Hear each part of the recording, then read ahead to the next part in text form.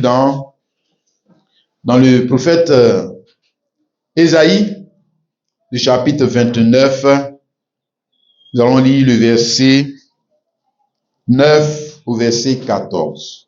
Prophète Ésaïe, chapitre 29, le verset 9 au verset 14. Alors, il est dit, soyez stupéfaits et étonnés.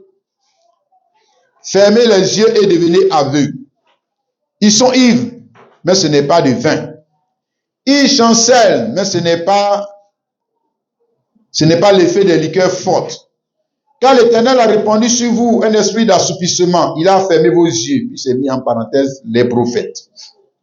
Il a voilé vos têtes, puis s'est mis en parenthèse les voyants. Toute la révélation est pour vous, comme les mots d'un livre cacheté. Que l'on donne à un homme qui sait lire, en disant, lis donc cela. Et qui répond, je ne puis, car il est cacheté.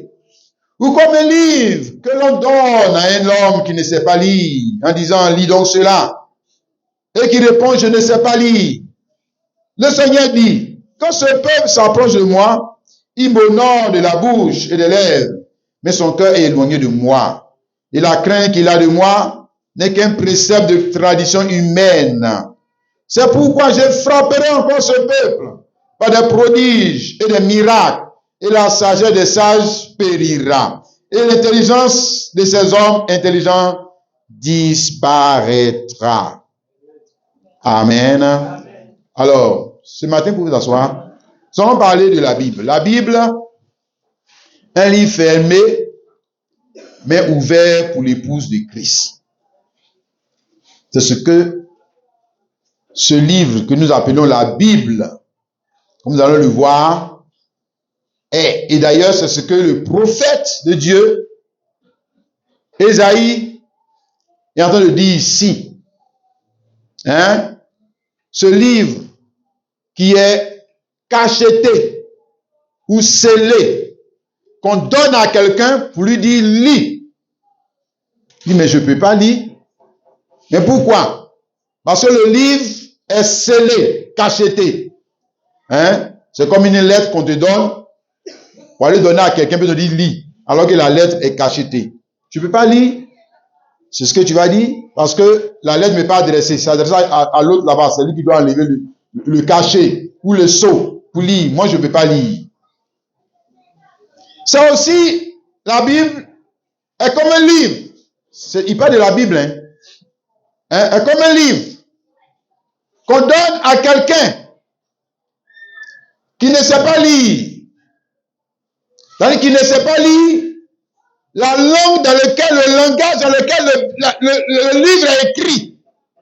Alors quand on dit il ne sait pas lire là, non, tu es français, non, ça veut dire il ne sait pas lire français. Non, c'est pas ça on dit. Il ne sait pas lire la langue dans laquelle le livre est écrit. Il ne sait pas lire. Il dit mais il ne sait pas lire. Un peu comme l'écriture sur la muraille. Le dernier chapitre 5.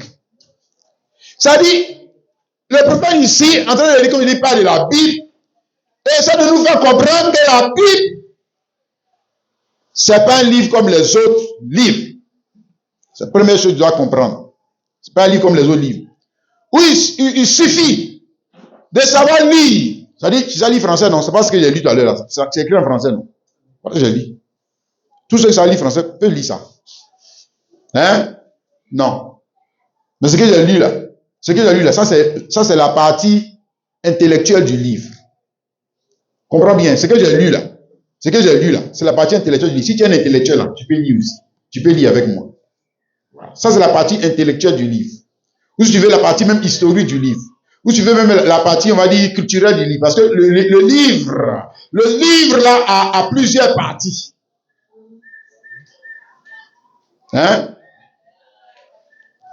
Maintenant lui, il parle ici par l'Esprit de Dieu. Ce n'est pas lui-même qui s'est décidé pour parler. Comme ça dit, je vais parler de la Bible. Non. L'Esprit de Dieu va te parler de la Bible. Il dit, regarde-moi mon livre. Il ne suffit pas de savoir lire. Pour lire et puis comprendre.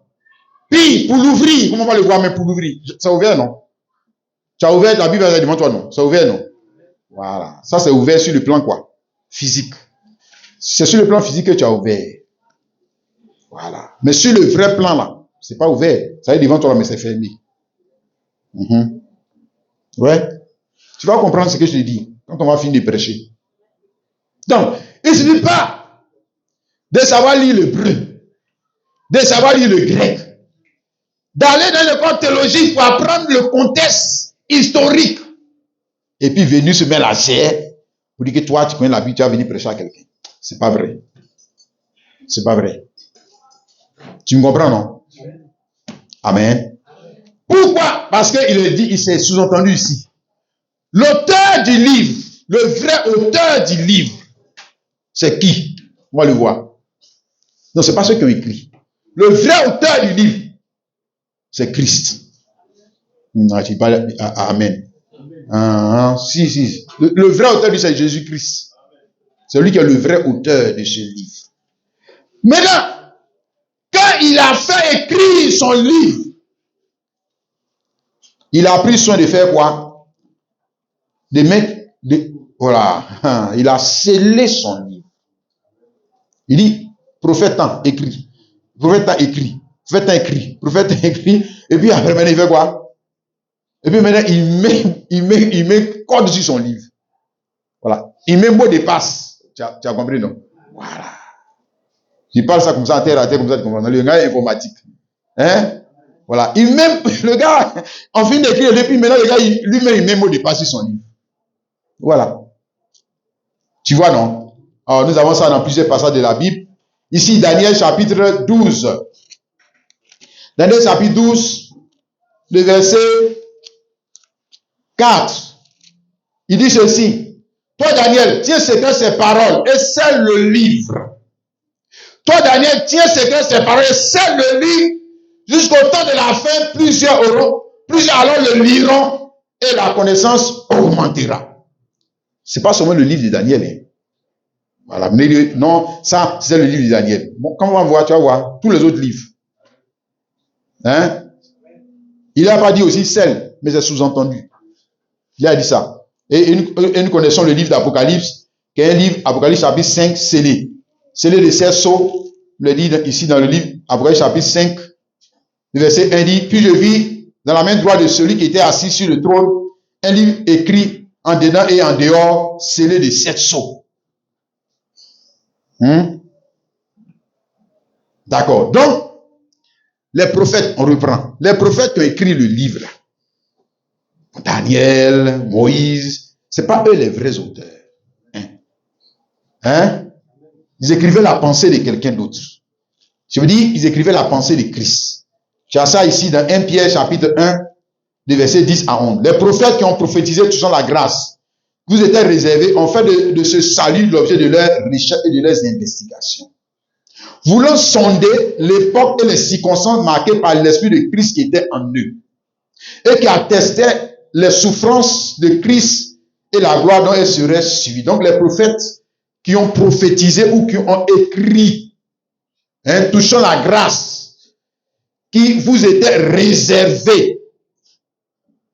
Remarque que eux, ils ont écrit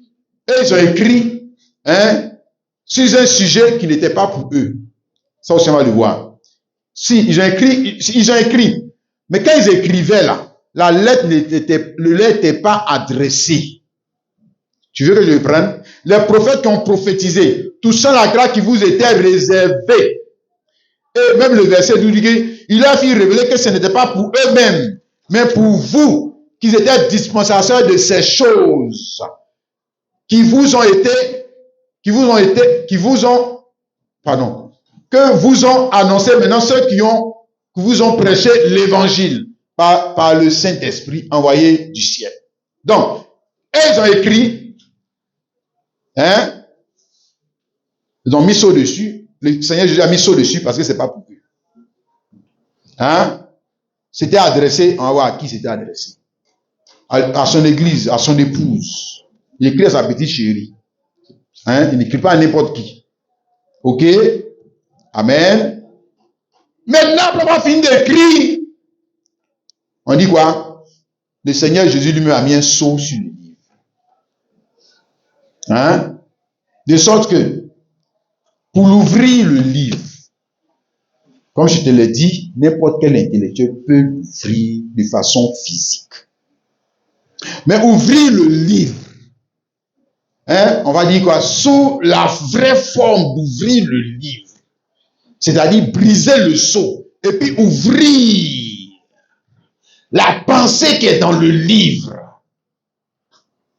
La révélation, c'est-à-dire qu'est-ce qu'il veut vraiment dire.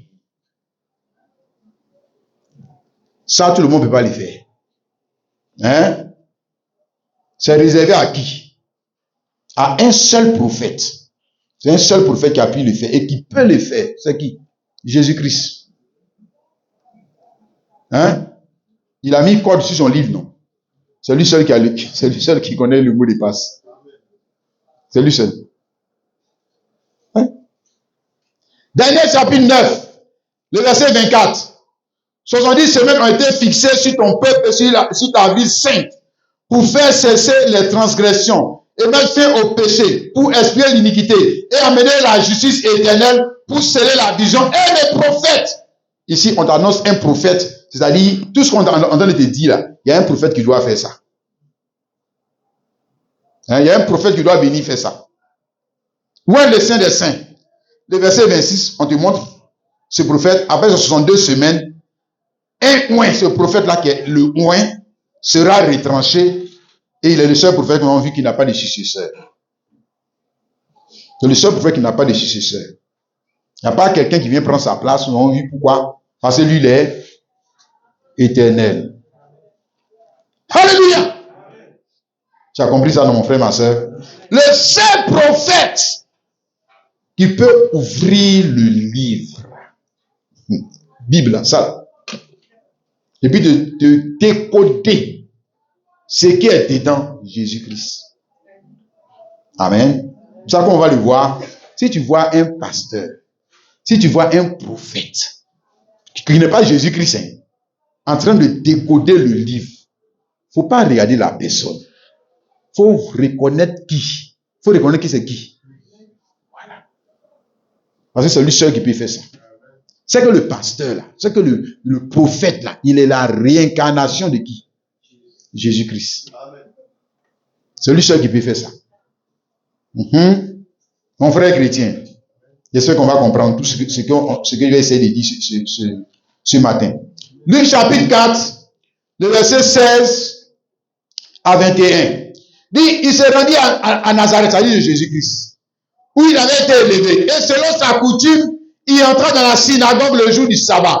Il se leva pour faire la lecture. On lui remit le livre du prophète Ésaïe. C'est ce qu'on a lu tout à l'heure.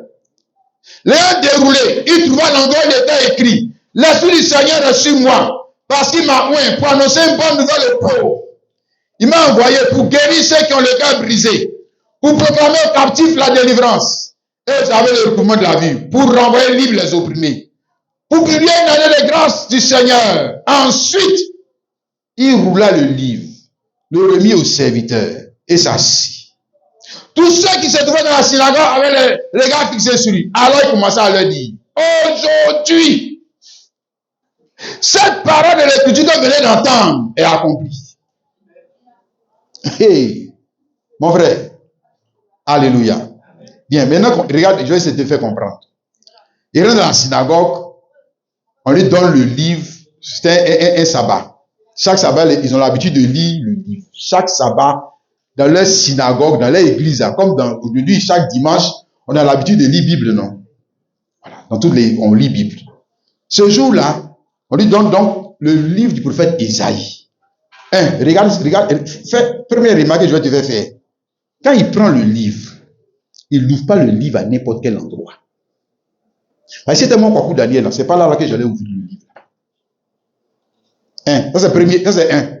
Il ouvre le livre à la page qui est indiquée pour le jour. Et Isaïe, quand il dit, ce sont 6 chapitres. Il dit, ce sont 6 chapitres. Donc, il n'ouvre pas Isaïe 1. Il n'ouvre pas Isaïe 106. Il n'ouvre pas Isaïe 105. Il ouvre Isaïe 61. On va prendre ça ensemble. Isaïe 61. Et puis, regarde ce qu'il lit. Regarde ce qu'il lit. C'est son livre. Voilà. Donc, si c'est quelqu'un d'autre comme nous autres là, c'est pas ton livre. Toi, tu ouvres seulement, et puis tu lis. Et puis tu dis que tu as ouvert les livres. C'est faux. Ça, tu es un bon intellectuel, un bon historien. Tu as ouvert le livre de façon intellectuelle. Mais tu n'as pas vraiment ouvert les livres. C'est pas vrai. C'est pas vrai. Pour nous autres, là, quand on commence à comprendre ces choses, maintenant, quand on te regarde, toi, tu crois que tu as ouvert la Bible, là. Toi, tu penses que tu as ouvert. C'est ça, ouvrir la Bible. Même un fou, même peut faire ce que tu as en train de faire, là. Puis il fait ça. Il dit, ici, l'Esprit du Seigneur est sur moi. Car l'Éternel m'a oint pour porter de bonnes nouvelles aux malheureux. Il m'a envoyé pour guérir ceux qui ont le cœur brisé, pour proclamer captif la délivrance, aux prisonniers, aux captifs la liberté, aux prisonniers la délivrance, pour publier une année de grâce de l'Éternel. Et puis c'est là il lui s'est arrêté. Alors que le verset continue, un jour devant de notre Dieu, pour consoler tous les affligés, pour accorder aux affligés. Non, lui il ne lit pas ça, frère. Lui, si c'était moi là, j'allais tout lire. Lui, il ne fait pas ça. Regarde à qui tu as affaire. Mais là même, les gars auraient dû savoir à qui ils ont affaire. Et puis quand il finit de lire, je vais récapituler que tu comprennes. Il prend le livre, il ne lit pas à n'importe quel endroit. 2, il ne lit pas n'importe quoi. Il ne lit pas n'importe quoi. Il lit, il s'arrête exactement dans ce que lui il est venu faire. L'autre là, ça c'est pour un autre âge. Vengeance, tuer les gens, juger les gens là, ça c'est après. C'est après. Mais il est venu les sauver. Maintenant il est venu les sauver. C'est là qu'il s'est arrêté. Alléluia. 3. Il a dit aujourd'hui, cette parole de Christ vient de s'accomplir. Ça veut dire quoi? Ça veut dire quoi? Ça veut dire que la page où ils étaient là, le livre là, c'était dans les mains, non? Ils ont l'habitude d'ouvrir, non? Ils ouvrent laquelle page? La page de Moïse, non? Voilà. Ça veut dire que la page à laquelle où ils sont arrêtés là, lui vient de fermer ça. C'est ce que ça veut dire. Où ils sont arrêtés, où la doctrine de l'église est arrêtée là. Lui vient de fermer les pages. Il a fermé.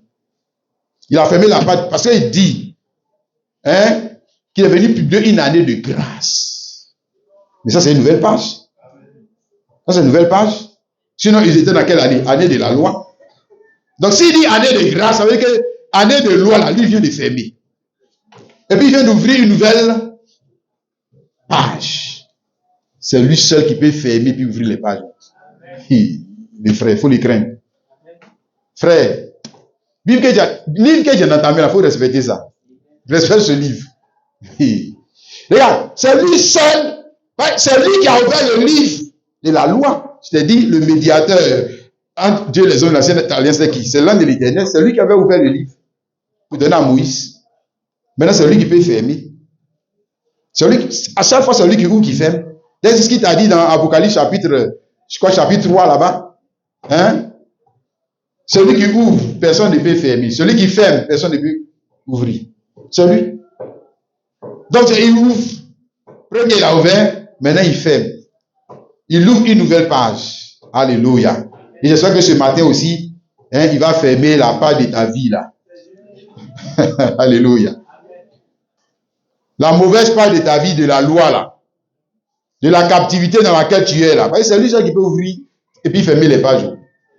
En tout cas, moi, je voudrais bien que ce matin il le fasse. Les hommes, mon frère et ma soeur. Alléluia. Il peut ouvrir et fermer.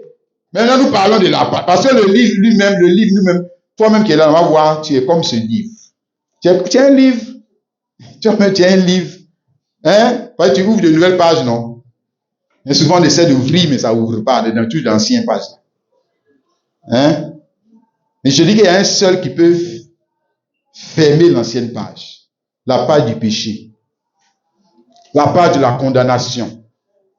La page de la loi. Pour ouvrir la page de la grâce. Et ce matin, il est en train d'ouvrir la page de la grâce. J'espère que nous qui sommes ici, on va comprendre la grâce qui nous est faite. C'est ce qu'il a fait. Mais si tu lis le contexte là-bas, ils n'ont rien. Et puis, quand tu as lu le contexte là-bas, vers la fin, ils ont voulu même le lapider. Alors qu'ils venaient d'ouvrir la page de la grâce, ils ont voulu le lapider. Hein? Alléluia. Et maintenant, quand ils ouvrent la page de la grâce, c'est pour nous faire rentrer où? Hein? C'est pour nous placer où? Parce que dans le livre là, le livre ici, ce livre-là, tu dois te situer. Chrétien, tu es un enfant de Dieu, non? Voilà. Tu dois te situer dans le livre. Toi, tu es où? Ton service, là, c'est où? Ton ministère, là, c'est où? Église dans laquelle tu es là, tu peux aussi la situer dans le livre. Si toutes les églises sont toutes les églises, oui, sont dans le livre. Tout est dans le livre. Ça, c'est le livre de la vie. Quand on dit livre de la vie, ça veut dire quoi? Ça veut dire que tout ce qui va arriver au monde, tout ce qui va t'arriver là, est déjà dans un livre. On ne fait qu'ouvrir les pages. Hein? Voilà. Maintenant, moi, c'est pas à la page où tu es. Et puis maintenant, un jour, on ferme le livre. Quand on ferme le livre, là, ça veut dire que mon frère, tu n'es plus sur la terre ici. C'est que c'est fini. C'est que tu n'es plus ici. Tout le temps, on a fermé. C'est fini. Le livre est fermé. Et le livre de la vie. Ça s'appelle le livre de la vie, de ta vie. Tous les événements que tu vas faire sont dans le livre. Dans un livre. Qu'est-ce que tu crois? Tu crois que Dieu fait les choses comme ça au hasard? Si, tout est dans un livre. Bien, maintenant je te dis, quand il a fermé la page de la grâce, de la loi, et il a ouvert la page de la grâce, c'était pour que l'église ou les gens la rentrent où?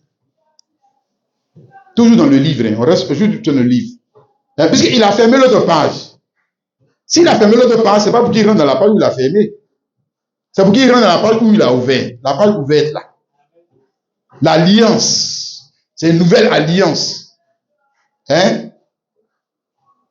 Il rentre dans la page de la nouvelle alliance. Alléluia. Parce que c'est dans cette page quelles sont les plus grandes promesses. Où il a fermé là, il n'y a pas de grandes promesses là-bas. Tu as compris? La page où il vient d'ouvrir, hein, c'est là-bas que se situent les grandes promesses. 2 Pierre chapitre 1, le verset 3 à 4, il dit, comme sa divine puissance nous a donné tout ce qui contribue à la vie et à la piété, au moins de la connaissance de celui qui nous a appelés par sa propre gloire et par sa vertu, lesquels nous assurent de sa part les plus grandes et les plus précieuses promesses. Donc il y avait déjà des promesses. Quand on dit plus grandes, ça veut dire qu'il y avait des promesses. Il y avait déjà des promesses. Et ces promesses font partie de quoi? De la première partie du livre. La Bible que tu as en main là, c'est 2 parties, non? Voilà, on dit Ancien Testament, Nouveau Testament. C'est 2 parties. La Bible est 2 parties. Même si on prend ça même sur le plan intellectuel, même là, la Bible est 2 parties. La Bible n'est pas une seule partie. La Bible est 2 parties. Voilà, sur le plan intellectuel, il y a Ancienne Alliance et puis il y a Nouvelle Alliance. Voilà. C'est 2 parties. C'est ça que j'essaie de te dire. Maintenant, ce que j'essaie de te dire au-delà de ça, c'est que, hein, Jésus, lui, n'est pas venu nous faire rentrer dans les alliances, dans l'alliance de la première partie. Tu ne vas pas fermer. Il ne va pas dire qu'aujourd'hui, le temps de grâce est ouvert. Pourquoi il va dire que le temps de grâce est ouvert? Non, c'est parce qu'avant, il y avait une alliance qui était là. La première alliance. Qui te donnait droit à quoi? Hein? Aux promesses naturelles qui sont dans le livre. La première alliance te donne droit aux promesses naturelles qui sont dans le livre. Qui sont dans le livre. Hein? Les promesses naturelles sont dans le livre. On connaît, non? Le pays d'Israël, un pays, tu auras un pays. Comme on va voir après, tu peux rentrer dans le mariage. Si tu peux rentrer dans l'enfantement. Hein? Tu peux rentrer dans le travail. Lis la première alliance, tu vas voir. Ça te donne droit aux promesses naturelles parce que ce livre est composé, comme je dis, de 2 parties. Hein? Il y a une alliance qui te donne droit aux choses naturelles qui sont dans le livre. Il y a une autre alliance qui te donne droit aux choses, plus grandes promesses qui sont encore dans le livre. Voilà. Maintenant, toi, tu veux quoi? Ça dépend. Tu vois, non? Tu peux manier ce livre et dire je veux me marier. Puis, selon ce livre, tu vas te marier. Voilà. Maintenant, si tu es un gaou, c'est ce que tu veux, non? Tu vas avoir. C'est pas le travail seulement que tu veux. Tu viens à l'église. On dit, tu viens à l'église parce que tu veux seulement marier, non? Si, ça est dans le livre aussi, hein. Si, ça est dans le livre. Tu viens à l'église parce que tu veux seulement travailler, non? Si, ça est dans le livre. Mais ça, tu es dans la première partie du livre. Toi, tu es là-bas. C'est-à-dire, ce que Jésus a ouvert là, toi, tu n'es pas dedans. Toi, tu n'es pas dedans. On ne parle pas de toi. Toi, tu n'es pas dedans. Toi, tu n'es pas dedans. Ou bien ton pasteur, là, lui aussi, il n'est pas dedans. Parce que c'est évangile comme ça, il prêche, non? C'est que lui aussi, il n'est pas dedans. Si. Jésus n'est pas venu mourir à la croix pour que quelqu'un se marie. Mais ça, on avait ça déjà dans l'alliance de Moïse. On avait ça déjà. Pour que quelqu'un voyage. Quelqu'un travaille, quelque chose. Oh, toi aussi, quand même. Toi aussi. On ne te parle de plus qu'un péché promesse, ça, tu parles des choses que les païens ont. Hein? Non, regarde. Pour nous faire rentrer là où Moïse ne pouvait pas nous faire rentrer. Ne pas nous faire rentrer là-bas. C'est pas possible. Hein? Donc, lui, ça a pour publier une année de grâce du Seigneur. Et nous lisons encore Ésaïe chapitre 8, le verset 13 à 14. Nous fait entrer là où les prophètes de l'ancienne alliance ne pouvaient pas nous faire entrer. Là où l'argent ne peut pas te faire entrer. Là où le mariage ne peut pas te faire entrer. Là où le travail ne peut pas te faire entrer. Jamais si Jésus ne ouvre pas. On va le voir. Si Jésus n'ouvre pas, tu ne rentres pas. Ouais, tu ne rentres pas. C'est vrai que tu restes de l'autre côté là-bas. Dans l'alliance de tes parents. Dans l'alliance de ton église. Dans l'ancienne alliance. Vous voyez, mariage même qu'on fait là, c'est ancienne alliance. Si, mariage qu'on fait là, c'est ancienne alliance. Ça, c'est la partie naturelle du livre. C'est la partie naturelle du livre. Tu n'es pas encore entré dans l'autre partie là. L'autre partie là. Et regarde, écoute. Ésaïe 8, le verset 13 à 16. C'est l'Éternel des armées que vous devez sanctifier. C'est lui que vous devez redouter. Et il sera, n'est pas le futur. Il sera un sanctuaire. Sanctuaire, c'est un temple. Un lieu d'adoration. Mais aussi une pierre d'achoppement et un rocher de scandale pour les deux maisons d'Israël. Un filet et un piège pour les habitants de Jérusalem. Plusieurs trébucheront. Ils tomberont et se briseront. Ils seront enlacés et pris. Enveloppe cétorac. Seule cette révélation parmi mes disciples. Donc quand il a fini de parler là, puis il a mis quoi? Il a verrouillé et puis il a mis mot de passe. Ici là, la mot de passe. Maintenant toi tu vois non, tu peux ouvrir et dire. Tu sais lire le chinois, bien le breu non. Ouvre et puis lis. Il y a un mot de passe dessus. Tu ne vas jamais comprendre. Jamais. Jamais, en moins que tu sois, parce qu'il a dit médecine. Donc, cette partie-là, c'est réservé à qui? Ses disciples. C'est pour ses disciples. C'est pour eux. Et ils vont comprendre. Comme on va le voir. Hein? Ils ont le mot de passe. Alléluia! Si, ils ont le mot de passe. C'est ça? Ils passent. Pour entrer où? Ici, on parle de Dieu. C'est pas Dieu qui est. Dieu est quoi? Spirituel, non? Dieu n'est pas spirituel. Est-ce que Dieu est naturel? Dieu est spirituel, non? Donc, pour rentrer dans la partie spirituelle du livre qui est qui? Qui est qui maintenant? Dieu. Dieu lui-même. Voilà. La partie spirituelle du livre. Ou le pays spirituel du livre. Ou le mariage spirituel du livre. Ou le travail spirituel du livre. Ou l'enfantement spirituel du livre. La prospérité spirituelle du livre. Pour entrer là-bas maintenant.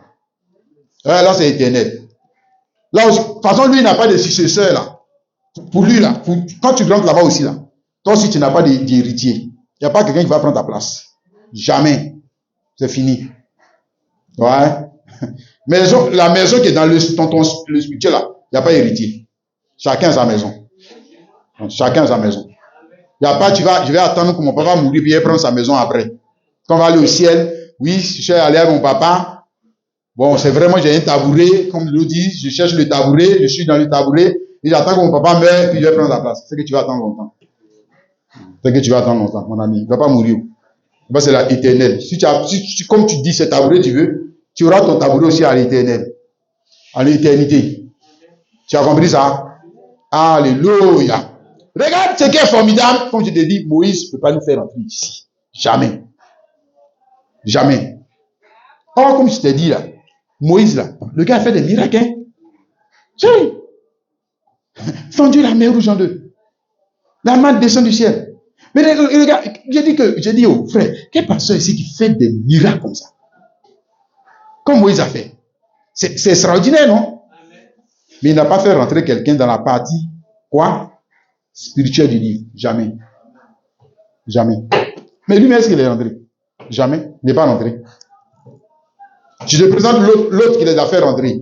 Et comment on l'appelle cela? Josué. Hein? Ici, Hébreu, chapitre 4. Hébreu, chapitre 4, le verset 8 à 11. Il est ici question de Josué, celui qui les a fait rentrer. Car si Josué, là, il donnait le repos, il ne parlerait pas après cela d'un autre jour. Il y a donc un repos de sabbat réservé au peuple de Dieu. Car celui qui entre dans le repos de Dieu se repose de ses œuvres, comme Dieu s'est reposé des ciels. Efforçons-nous donc d'entrer dans ce repos afin que personne ne tombe en donnant le même exemple de désobéissance. Et c'est Josué qui les a fait entrer. Bon, c'est pas Moïse, hein. Josué les a fait entrer. Mais entrer où? Dans quelle partie du livre? Hein? Dans la partie du livre où sont les promesses naturelles. C'est là-bas que Josué les a fait entrer. Lui-même, est-ce que Josué lui-même, il est un prophète de l'alliance qui donne droit aux choses spirituelles? Mais regarde le miracle que Josué a fait. Il a arrêté le soleil. Est-ce que tu peux arrêter le soleil? Tu as déjà vu un chien pasteur arrêter le soleil? Hein? Tu as déjà vu? Hey, les gens font des choses, hein? Frère, je ne suis pas en train de te parler comme ça pour être contre les miracles. Mais je t'ai te montrer comment, malgré le miracle qu'il y avait dans leur ministère, ils n'ont pas fait rentrer quelqu'un dans la partie quoi? Spirituelle du livre. Jamais. Jamais. Autrement, on ne va pas te dire que si Josué a eu donné le repos, on va parler après Josué d'un autre jour encore d'entrer dans le repos. Mais ce n'est pas un repos physique. Josué lui a donné le repos physique. Josué n'a pas donné le repos spirituel, en d'autres termes, le repos de l'âme. Il n'a pas fait rentrer là-bas. Parce que celui seul qui peut ouvrir cette partie spirituelle du livre, c'est qui? Jésus-Christ. C'est lui seul. Vous avez dit que si tu vois un pasteur de prêcher cet évangile-là, tu dis, ah, voilà Jésus-Christ. Il est venu encore pour me faire rentrer là-bas. Si, c'est comme ça. C'est toujours lui. Toujours lui. Celui seul qui peut faire ça pour toi, ma soeur, mon frère. Est-ce que tu as compris ça? Amen et amen. Bon, la Bible dit ici que, verset 11, efforçons-nous donc d'entrer dans ce repos afin que personne ne tombe en donnant le même exemple de désobéissance. Comme on parlait aux enfants d'Israël. Hein? Qu'ils ont désobéi à quoi? À la voix de qui? Jésus-Christ. Le prophète que Dieu a dit qu'il allait envoyer pour les faire quoi? Pour les faire entrer dans la partie spirituelle du livre. Ils étaient déjà, Jésus les a trouvés dans quelle partie? Dans la partie naturelle du livre, ils étaient déjà dans le pays. Le pays que Dieu a promis à Abraham, ils étaient déjà dedans. Le mariage qu'on leur a promis, ils étaient déjà dedans. Le travail qu'on leur a promis, ils étaient déjà dedans. Tu as vu ça, non? L'or et l'argent qu'on leur a promis, ils étaient déjà dedans. Maintenant, on leur a promis aussi qu'il y a un prophète qui va venir pour vous faire passer du naturel au spirituel. Parce que le livre est composé de deux parties. La partie où vous êtes rentré là, c'est pas encore fini. Vous êtes même chose que les Égyptiens. Vous êtes même chose que les Cananéens. Vous êtes même chose que les Philistins. Oh, mon Dieu, je vais vous distinguer. Je vais vous faire entrer dans l'autre partie du livre. Quand le prophète est venu prêcher Jésus-Christ, ils n'ont pas écouté. Tu as vu, non? Et pourquoi ils n'ont pas écouté? Parce qu'ils étaient déjà contents. Il est déjà marié. Il est content. Il est arrivé. Lui, il est arrivé. C'est un gaou, quoi. C'est-à-dire qu'il ne comprend pas les choses de Dieu. C'est un gaou. Mais lui, il est déjà arrivé. Elle est déjà arrivée. Même ici, même aujourd'hui, dans l'affaire de Jésus-Christ là, les gens sont chauds. Donc parce qu'il n'a pas encore travaillé, mais attends, donc donne-lui travail, tu vas voir. Tu vas voir, ton travail de son Dieu. Il ne peut pas venir le soir, il ne peut pas chercher Dieu, il ne peut pas évangéliser. Non, on est trop fatigué. C'est ce qu'il va te dire, des bêtises comme ça. Et pourquoi? Parce que lui, il est dans sa terre promise. Hein. Lui, il est dans son Canaan. Hein. Mais tu n'as pas besoin de Jésus-Christ pour te marier. Moi, je dis ça. C'est pas vrai. C'est pas besoin. Tu n'as pas besoin. Tu n'as pas besoin de Jésus-Christ pour faire ça. Hein? Mais tu as besoin de lui pour rentrer dans l'autre partie du livre. Là, tu as besoin de lui. Amen. Tu as vu ça, mon frère, ma soeur? Donc, Jésus-Christ dit ceci. Ici, dans Luc chapitre 11, le verset 52. Regardez ce qu'il dit. Luc 11, 52. Il dit, malheur à vous, docteurs de la loi. Parce que vous avez enlevé la clé de la science ou de la connaissance. Vous ne voulez pas entrer vous-même. Et vous avez empêché d'entrer ceux qui le voulaient. Vous ne voulez pas entrer. Vous allez lui parler de l'autre partie du livre. Vous ne voulez pas entrer dans l'autre partie du livre. Et parce que vous n'êtes pas rentré, mais le pire, c'est que vous, les gens qui veulent entrer là, non, le gars c'est un faux prophète, c'est un branamiste, c'est le branamiste. Alors, vous les empêchez aussi d'entrer. Voilà, ils font la même chose encore. Et c'est toujours la même voix qui s'est incarnée en Branham. C'est toujours la même voix, Jésus-Christ, toujours réincarné. Pour faire quoi? Entrer l'homme, l'élu, dans la partie du livre qui lui est réservée. Alléluia. Amen. Regarde, ils ont crucifié Jésus-Christ. Alors qu'ils avaient le livre. Nous les parents n'avaient pas le livre, c'est eux qui avaient le livre. Tu es d'accord avec ça? Oui, c'est eux qui avaient le livre. Et puis c'est écrit même dans leur langue. Hein. C'est écrit en hébreu, frère. Ils savent lire l'hébreu. C'est pas ça? Mais ils l'ont crucifié quand même. Pourquoi? Parce que c'est ce que le prophète a dit là. Ce livre sera pour vous. Il est en train de prophétiser sur les enfants d'Israël. Ce livre sera pour vous comme un livre cacheté qu'on donne à quelqu'un pour lire.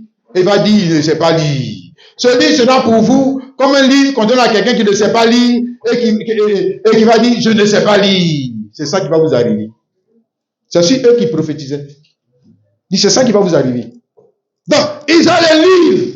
Ils lisent les livres. Et puis, il ne peut pas faire, on va dire ça, interpréter le livre par rapport aux événements. Donc, c'est que le livre est fermé. C'est ça que je te dis. Alléluia. Donc, on peut avoir le livre et puis le livre est fermé. Et le livre, pour beaucoup d'églises, le livre est fermé. Si beaucoup d'églises, le livre Bible est fermé. C'est un livre fermé. Beaucoup de serviteurs de Bible est fermé. Beaucoup de chrétiens, Bible c'est fermé. Dit que j'ai ouvert la Bible. Ah bon? T'as dit que c'est comme ça on ouvre la Bible. Il faut regarder pour Jésus-Christ, si c'est comme ça il a ouvert. Quand on lui a donné le livre là. De toute façon, toi tu ouvres là, c'est comme ça lui il a ouvert. Non? Donc tu n'es pas en train d'ouvrir la Bible. Tu es en train d'ouvrir la partie intellectuelle de la Bible. Tu es un intellectuel, non? C'est ce que tu es en train de faire. Tu n'es pas encore en train d'ouvrir la Bible. Parce que le jour où la Bible sera un livre ouvert pour toi, tu seras plus catholique, tu seras plus protestant, tu seras plus pentecôtiste, tu seras plus baptiste. Tu vas chercher à être simplement un chrétien. Si. C'est parce que ce n'est pas encore ouvert que tu juges par les baptistes, que tu juges par celui-ci, cela. Mais je te dis, le jour où ce livre on va l'ouvrir pour toi. Frère, tu ne vas plus chercher ces choses-là. Alléluia. Regardons cela ici avec les propres disciples de Jésus-Christ. Luc chapitre 24. Le Luc chapitre 24, à partir du verset 44. Et le verset 45. Puis il a dit, ça c'est pas après sa résurrection. C'est là ce que je vous disais lorsque j'étais encore avec vous. Qu'il fallait que s'accomplisse tout ce qui est écrit de moi dans la loi de Moïse, dans les prophètes et dans les psaumes. Alors il a ouvert l'esprit afin qu'il comprisse les Écritures. Tu as vu ça, non? Ça on appelle quoi? Traitement de faveur accordé à des personnes qui vivent la même situation que les autres.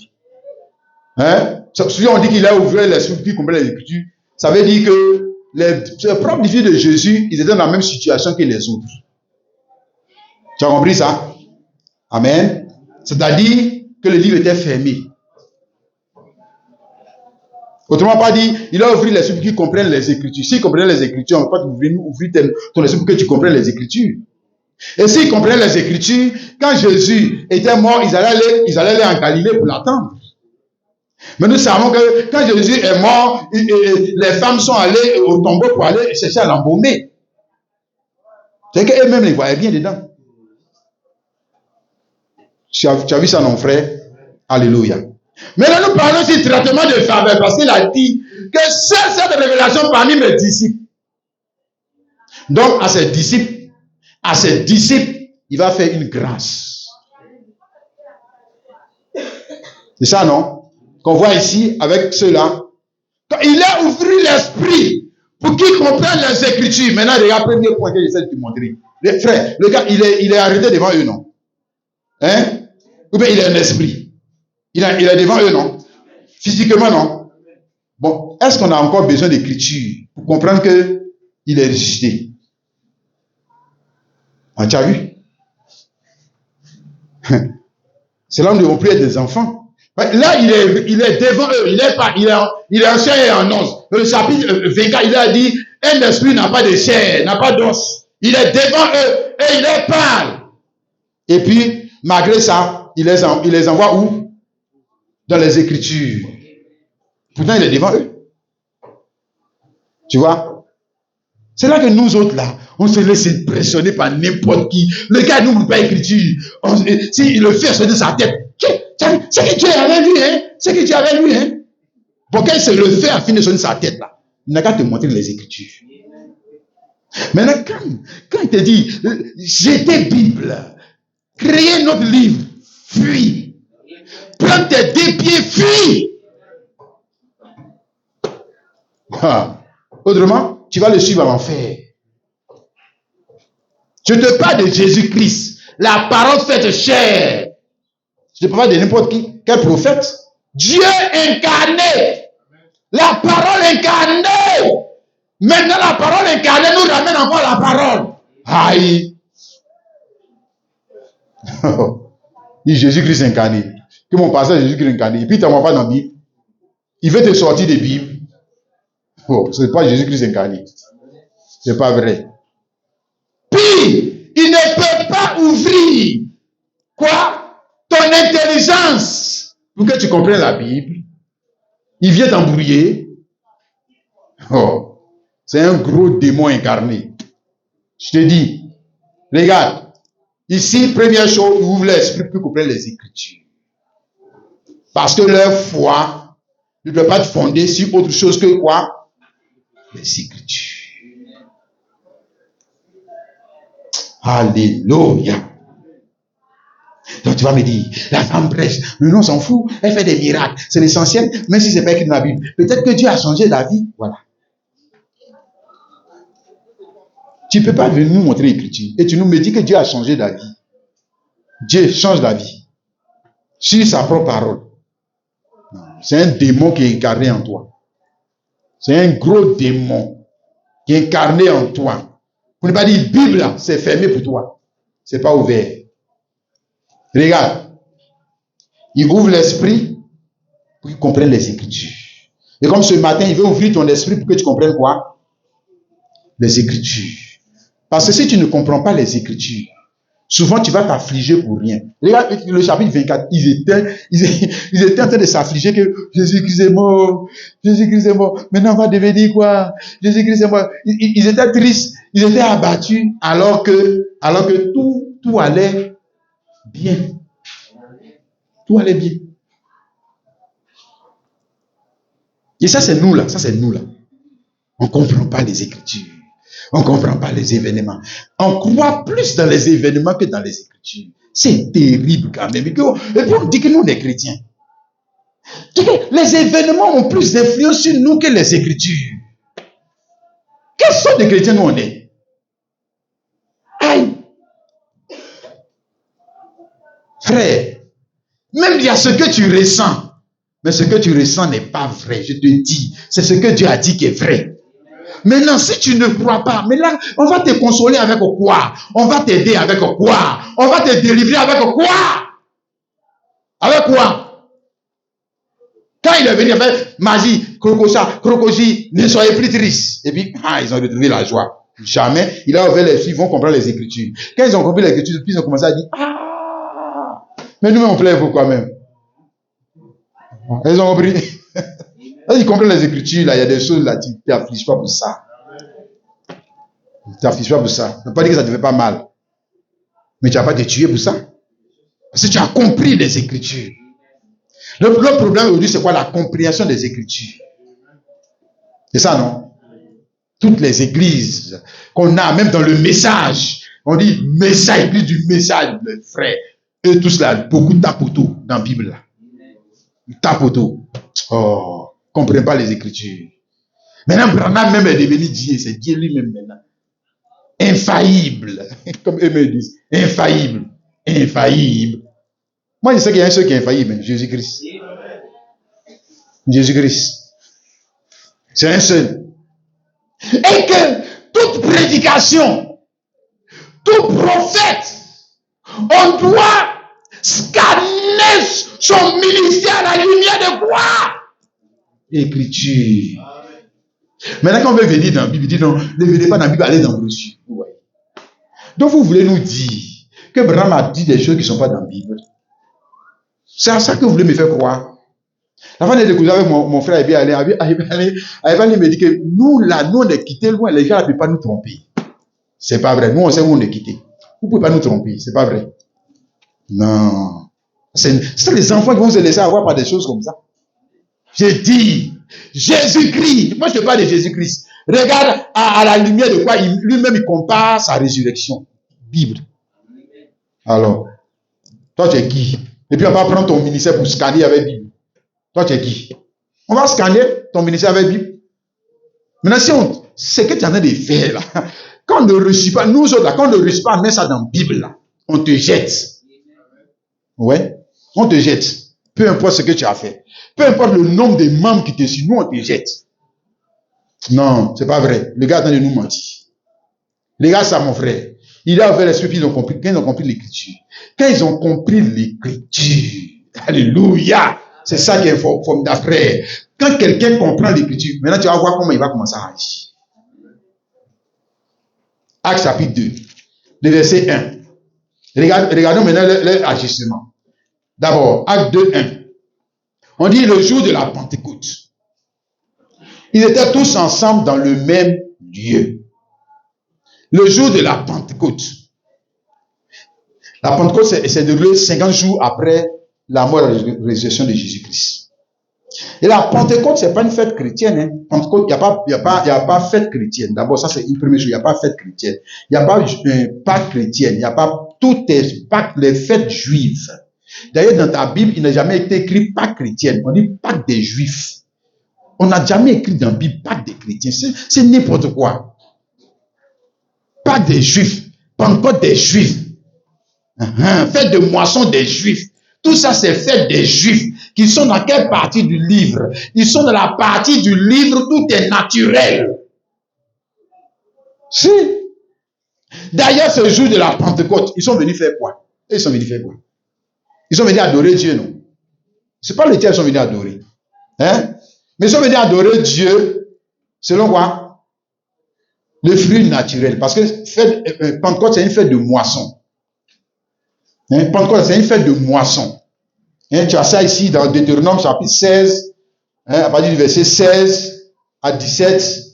Deutéronome 16, 16 à 17. Je vais lire ça rapidement pour toi. Voilà, que tu comprennes. Voilà, il est dit, 3 fois par année, tous les mâles d'entre vous se présenteront devant l'Éternel. Et puis, tu vois, non? On n'a pas dit les mâles et les femmes. C'est les garçons seulement. Ils vont à Jérusalem. Hein? Tous les mâles. Ensuite, dans le lieu que l'Éternel ton Dieu a choisi, à la fête des pains sans levain, ça dit pas à la fête des semaines. Fête des semaines, c'est Pentecôte. C'est ça qui nous intéresse. On ne paraîtra point devant l'Éternel les mains vides, Chacun donnera ce qu'il pourra selon la bénédiction que l'Éternel, ton Dieu, lui aura accordée. Pourquoi? Parce que c'était des fêtes de moisson. Des moissons, des choses naturelles. Tu comprends? C'est pas moisson de l'argent. C'est nous, on veut interpréter comme si Dieu ne connaît pas. Il va faire la différence entre les bananes et l'argent. Dieu sait faire la différence entre les bananes et l'argent. Les fêtes de l'ancienne alliance, qui étaient des fêtes de moisson, l'offrande qu'on devait apporter, c'est l'offrande de ta récolte, ce que tu as récolté là. Tu dois venir devant l'Éternel pour l'adorer avec. C'est un peu ces fêtes qu'on a aujourd'hui avec les fêtes des ignames, etc. C'est les mêmes idées. Tu comprends, mon frère? C'est pour ça qu'on dit qu'il ne vient pas les mêmes vides. Il ne vient pas les mêmes vides. Ça veut dire qu'on ne parle pas d'argent, frère. On ne parle pas d'argent. On parle d'offrande en nature qu'il devait apporter pour célébrer le Seigneur. Parce que c'est eux qui devaient porter en ce temps, ils étaient quoi? Les porteurs de fruits. Mais les porteurs de quel fruit? Du fruit du sol, du fruit naturel.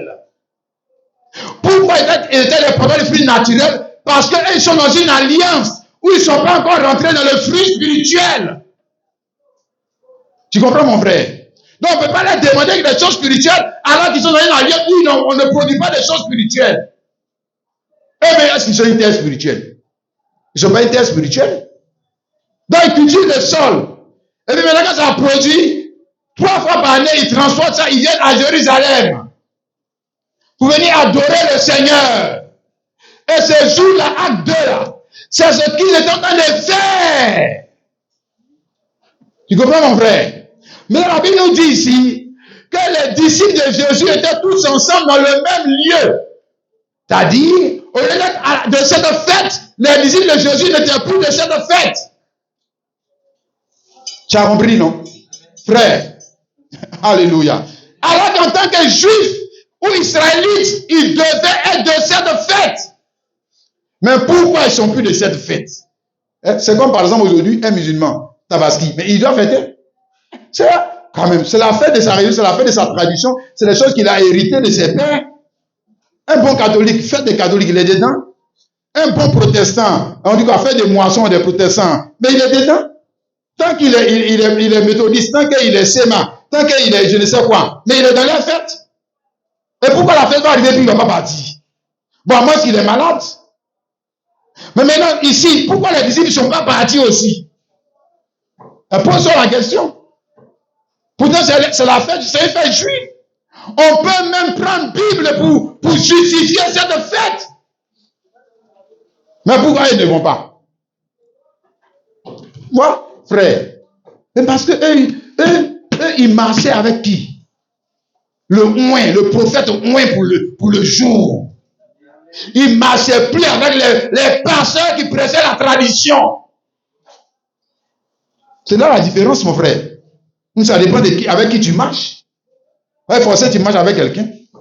Tu marches forcément avec une église. Tu marches forcément avec un pasteur. Mais là, quand ton pasteur, ou bien ton église, mais ton prophète, là, il est un pasteur de la tradition, ou un prophète qui ne se situe pas dans les prophètes de Christ, mais qui se situe dans les prophètes de l'ancienne alliance.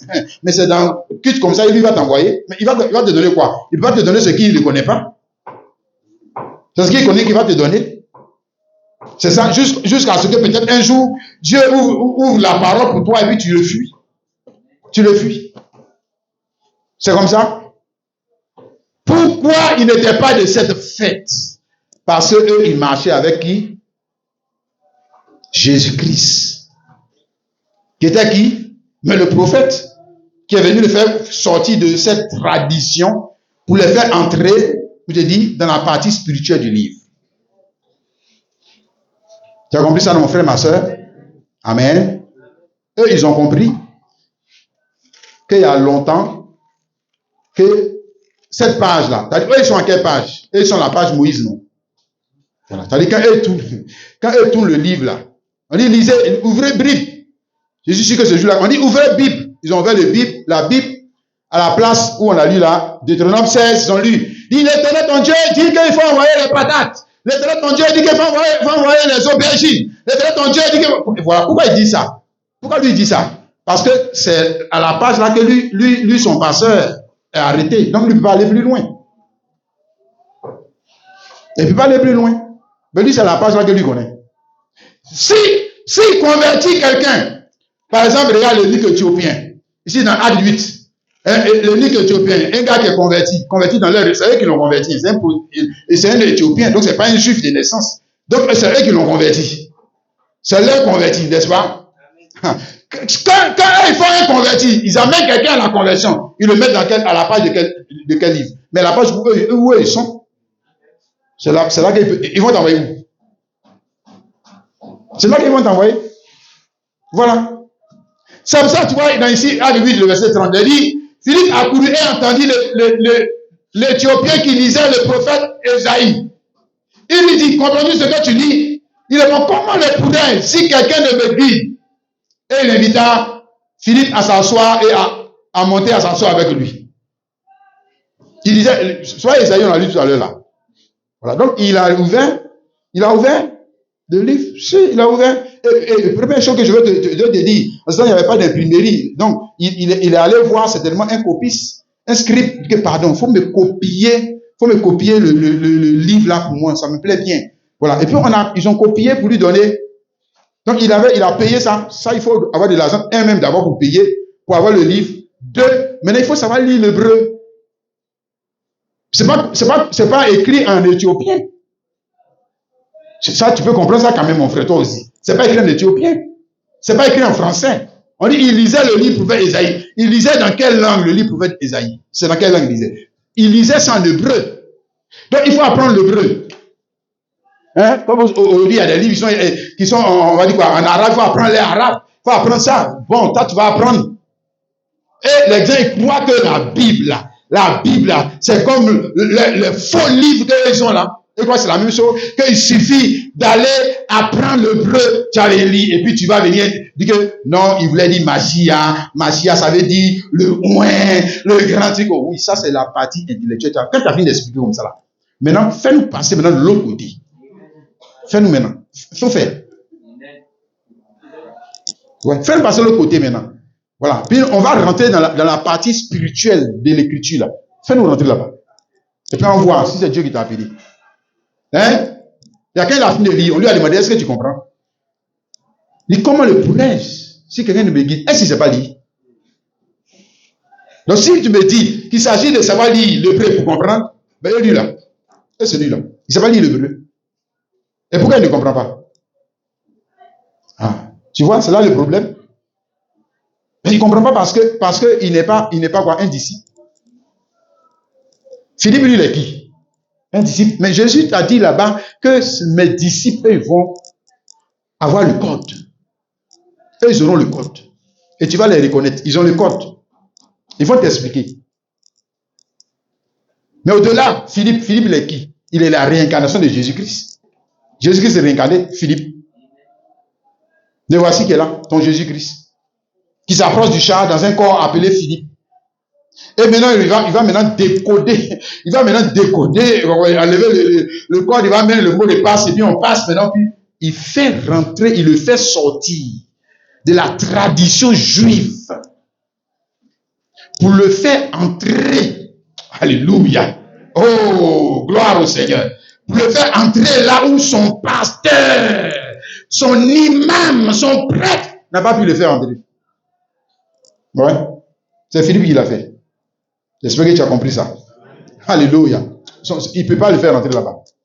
Hein, son imam, son prêtre, son sacrificateur, il ne peut pas le faire entrer là-bas. Je n'ai pas dit qu'il ne parle cette écriture, mais il ne peut pas te faire rentrer du côté spirituel de l'écriture. Il ne peut pas. Il peut te faire rentrer où? Le contexte historique et tout ça. Oui, il va te faire rentrer là-bas. Tu as vu ça, non, mon frère, ma soeur? Amen. Les Juifs, le jour de la Pentecôte, comme je l'ai dit, ils étaient arrêtés à la page de Moïse. J'espère que tu me comprends, non? Les soeurs, frères et sœurs. La page, concernant Jésus-Christ, le Saint-Esprit, c'était une page qui était comment pour eux? Fermée. Si, fermée, c'était fermé. Je n'ai pas dit, ils n'ont pas Bible, ils ne lisent pas. Ils lisent, mais c'est fermé. C'est scellé. Ils n'ont qu'à ouvrir ça comme ils veulent. Ça sera toujours fermé. Est-ce que tu vois ça? Oh, alléluia. Que Dieu nous aide, n'est-ce pas, frères et sœurs? D'ailleurs, regarde le jour de la Pentecôte, la question qu'ils ont posée, quand le Saint-Esprit est descendu. Ici, nous allons lire maintenant Actes, chapitre 2, le verset, Actes chapitre 2, le verset 12. Hein? On dit quand le Saint-Esprit est descendu, ils étaient tous dans l'étonnement. Ne sachant que penser, ils se disent les uns aux autres, que veut dire ceci? Mais d'autres se moquaient et disaient, ils sont pleins de vin doux.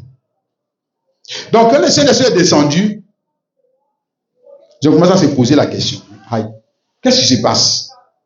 Mais tu vois, tu dois te poser cette question, savoir, mais comment des gens qui sont venus adorer Dieu, qui ont le livre, ils ont le livre, hein, ils ont fini de lire le livre de Dieu, et ils posent la question, qu'est-ce qui se passe? Hein, comme je t'ai dit, parce qu'ils ils sont pas à la bonne page. Tu as compris, non? Dis Amen. La page où sont les apôtres, là, c'est une page fermée pour eux. Dans leur église, là-bas, là, on n'utilise pas cette page-là. Non. Ou même si on la lit, on ne la comprend pas. C'est la page dans laquelle ils sont là. Dieu lui avait déjà fermé cette page. Dieu était passé à une autre page. Et quand Dieu a ouvert la page, quand on va le voir de Joël, maintenant la page de Joël vient de s'ouvrir. Regarde. Oh, alléluia. C'est-à-dire que le gars, il est en train de lire son livre. Dieu lui, il est en train de lire son livre, va dire. Frère, fais attention. Dieu lui, il est en train de lire son livre. Lui, il s'en va. Hein? C'est pas ça. On a vu là-bas, Luc 4, 18, 21. C'est le même là. C'est le même qui a ouvert Luc 4 là. C'est le même qui va ouvrir ici. Joël, c'est le même qui ouvre encore ici. Jésus-Christ. J'ai dit, c'est le seul qui peut ouvrir. Alléluia. Alors, ils ont posé la question parce qu'ils ne connaissent pas. Eux sont la page de Moïse. Eux sont la page de l'agneau naturel. Soit ils venaient faire sacrifice et ils viennent avec le mouton. Ça, c'est parce qu'eux ils sont. Soit ils venaient donner et ils viennent avec les patates. Soit ils venaient donner et le dîme et ils viennent avec encore les patates, les ignames. Et c'est ce qu'ils connaissent. Tu vois, non? Amen. Mais ils ne connaissent pas autre chose. Soit ils allent au temple, alors ils s'élèvent et sont au temple. Mais ils ne sont pas l'église. Eux ne sont pas l'église. Ils sont au temple. C'est la base qu'eux connaissent. Amen. Soit ils sanctifient-vous et comprennent. Non, ne mangez pas le porc. Non, ne mangez pas le singe. Non, ne mangez pas la souris. Non, ne mangez pas ci, ne mangez pas ça. Lui, c'est ce qu'il comprend. Quand on dit sanctifié, qu'est-ce sanctifié? Hein? Quand on dit préparez-vous pour venir adorer Dieu, eux ils connaissent ablution, on n'a qu'à laver les mains, on n'a qu'à laver dans les nez, on n'a qu'à laver dans la bouche. Lui, c'est comme ça, lui comprend. Parce que la page où il est là, c'est ce qui est écrit là-bas. Et c'est pas que Dieu, il y a longtemps, Dieu a fermé cette page. Et que maintenant, on est rentré dans l'autre partie du livre. Alléluia. Dans la partie mystère du livre. Dans la partie où il n'y a plus de gloire. Tu m'as compris, mon frère, ma soeur. Je te parle de quelque chose. Dans la partie où il n'y a plus de gloire.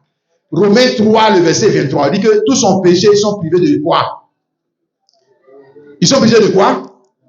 La gloire de Dieu. Quelle gloire? Quelle gloire? Parce que le livre a deux parties. Quelle gloire? La gloire de quelle partie du livre qui sont privés?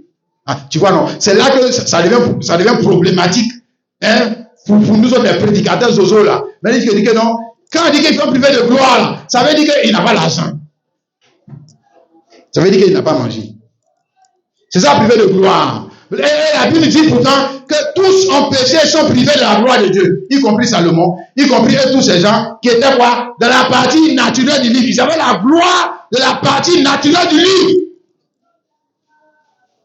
Ils ne sont pas encore entrés dans la gloire de la partie spirituelle du livre. Ils ne connaissent pas ça. Sinon, pourquoi Dieu va dire qu'ils sont privés de gloire? Privés de quelle gloire? Et comprends de quoi on te parle? On parle de la gloire de la vie éternelle. Parce que chaque vie a sa gloire. Tu comprends, mon frère? L'homme qui a la vie naturelle, là, même prend une jolie femme au début, là, et a sa gloire. Mais après, elle devient quoi? Elle commence à s'effaner. Dès que la gloire finit, toi, ta gloire l'a fini. Même tu prends une voiture. Et au début, elle est jolie. Mais sa gloire finit. Prends une belle maison. Au début, elle est jolie. Mais sa gloire finit. Pourquoi? Parce que là où toi tu es là, tu es dans la partie naturelle du livre de Dieu. Et puis maintenant, tu vois, donc, quand c'est mélangé dans la tête des gens, et qu'on ne peut pas Bible là, et mélange les deux alliances, et mélange les alliances, et chaque alliance a sa gloire, mon frère. Et chaque alliance, une alliance, c'est ce qui te donne droit à quelque chose. Une alliance te donne droit à quoi? L'ancienne alliance te donne droit à quoi? Aux choses de la terre. Oui. Jamais ça va t'envoyer au ciel. Tant moi sur la terre, la gloire des choses de la terre, mais la gloire des choses de la terre sont quoi? Sont éphémères, passagères. C'est ça? Maintenant, regarde la gloire. Ce qui est descendu là, voilà la gloire. Ils sont privés de la gloire. Voilà la gloire là qui descend maintenant. Gloire là est descendue. C'est écrit dans la Bible, non? Et il pose la question. Il se pose la question. Qu'est-ce qui se passe? Qu'est-ce qui se passe? La réponse n'est pas venue de les sacrificateurs. Quand il a interrogé le pasteur, le bishop, le gars, le président du consortium des églises, lui, il a toutes les réponses. Alors, il lui demandait, le Saint-Esprit est descendu là-bas dans la ville, les gens, ils chantaient, ils dansaient. Qu'est-ce que tu penses de ça? Qu'est-ce que tu penses de ça? Il allait dire quoi? Il allait dire que, oh, ça, c'est des gens qui sont perdus. D'ailleurs, ils ont dit quoi? Beaucoup se moquaient d'eux. Beaucoup se moquaient d'eux. Et ils ne connaissent pas la Bible. Maintenant, regarde la réponse. Alors, le verset 14, Acte 2, 14. Alors, Pierre se présenta avec les 11 et leva la voix et leur parlant en ces termes. Hommes juifs, vous tous qui séjournez à Jérusalem, sachez ceci. Prêtez le roi mes paroles. Ces gens ne sont pas ici. Comme le supposé quand c'est la troisième heure. Mais c'est ici. Alléluia. Et regarde, lui, il a le code. Il a mis le mot de passe. Chia est en train de sortir. Le message est en train de sortir. Mais en réalité, qui est en train de prêcher? Maintenant, tu vois, non, c'est là que ça devient truc qu'il faut entrer dans l'esprit comprendre. Qui prêche? C'est Pierre ou c'est Jésus-Christ? Qui prêche? Ah, tu vas dire que non, Pierre, le jour de la Pentecôte, il a prêché. Qui t'a dit que c'est Pierre qui a prêché? Depuis quand Pierre peut prêcher comme ça? Depuis quand? Depuis quand un homme peut prêcher comme ça? Toi aussi. Quand même. Est-ce que la Bible était dans sa main? Puis il a dit, Joël a dit, et puis il récite, regardez, il récite Joël 2 là, sans faute. Lui, il est qui? Quand même, toi aussi. Vous réfléchissez? Est-ce qu'un homme peut prêcher comme ça? Non. C'est la parole qui est en train de parler. Qui? Jésus-Christ. C'est lui qui parle. Oh, alléluia. C'est ce qui a été dit par le prophète Joël. Dans les derniers jours, dit Dieu, je répandrai de mon esprit sur toute chair. Vos fils et vos filles prophétiseront. Vos jeunes gens auront des visions. Et vos vieillards auront des songes. Oui, si mes serviteurs, si mes servants. Dans ces jours-là, je répandrai de mon esprit et ils prophétiseront. Mais arrêtons-nous là, c'est déjà suffisant. Tu as bien compris le contexte? Qui répond à la question? Jésus-Christ. Mais cette fois-ci, Jésus-Christ dans un corps de pierre. Et c'est là que tu vois, non, c'est là que ça devient compliqué à comprendre le mystère de Dieu pour beaucoup. Parce que lui, il s'attend toujours qu'on dit, je crois en Jésus, il s'attend toujours qu'il va toujours voir Jésus parler. Il va toujours voir Jésus parler. Ouais, lui, c'est dans sa tête, c'est comme ça. Hein? Comme je l'ai dit, il oublie que Jésus a créé maintenant un corps. Le corps, on appelle ça aussi pierre. Et c'est par le corps, il va te parler maintenant. Maintenant, quand il te parle, quand le gars là te parle, sois intelligent. Pour comprendre que, est-ce qu'un homme peut comprendre et parler comme l'homme là en train de parler là? Toi aussi, réfléchis. Un gars sans instruction, puis un homme sans instruction, il peut dire ça. Il a dit dans quelle école théologique pour apprendre ça? Lui, il peut penser comme ça, et puis ça tombe, juste, pour aller. Ah, les frères. Mais c'est que tu as des problèmes, hein? On a tous des problèmes dans l'église aujourd'hui. De comprendre Jésus-Christ. Regarde Christ en pierre. Ministère réincarné. D'ailleurs, c'est pas lui qui vient de descendre. C'est pas Jésus qui vient de descendre. C'est lui qui vient de descendre. Mais c'est lui qui parle. Alléluia. Quand il est porté ou que ça soit parti au nom de Jésus-Christ. Et puis il va dire que non, il a dit ça pour dire ça aux Juifs comme ça, sinon après ils sont les appris pour aller les partir dans le père. Et toi aussi, quand même. Qui a parlé ce jour-là? Qui avait dit que c'est Pierre qui a parlé? C'est pas Jésus-Christ. Ça, c'est un théologien. C'est juste un théologien, c'est tout. Il n'a pas l'intelligence des choses spirituelles. C'est juste un théologien qui est en train de vous prêcher.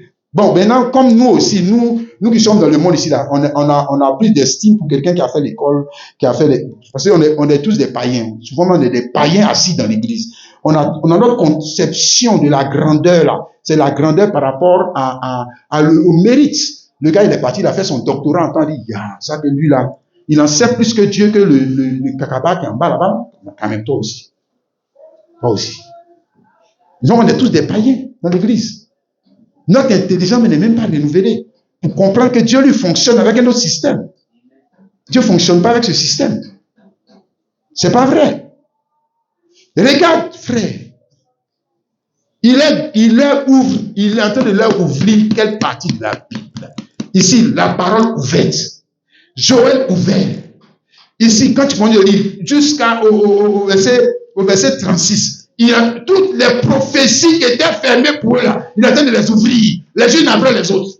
Qui peut faire ça? Toi aussi. Il y a un seul qui peut faire ça. Retourne dans Luc 4, tu vas voir. Il y a un seul qui fait ça, Jésus-Christ. Qui peut ouvrir la parole.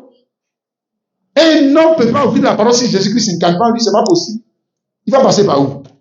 Le livre n'est pas à toi, la pensée n'est pas pour toi. Et toi, tu vas venir expliquer la pensée de quelqu'un d'autre qui n'est pas pour toi. Est-ce que ça va bien chez toi? Donc, il faut que la personne s'incarne en toi. Et la personne, elle maintenant va commencer maintenant à ouvrir toi maintenant, pour vous, Daniel, ton intelligence pour comprendre que, Bible là, c'est comme ça.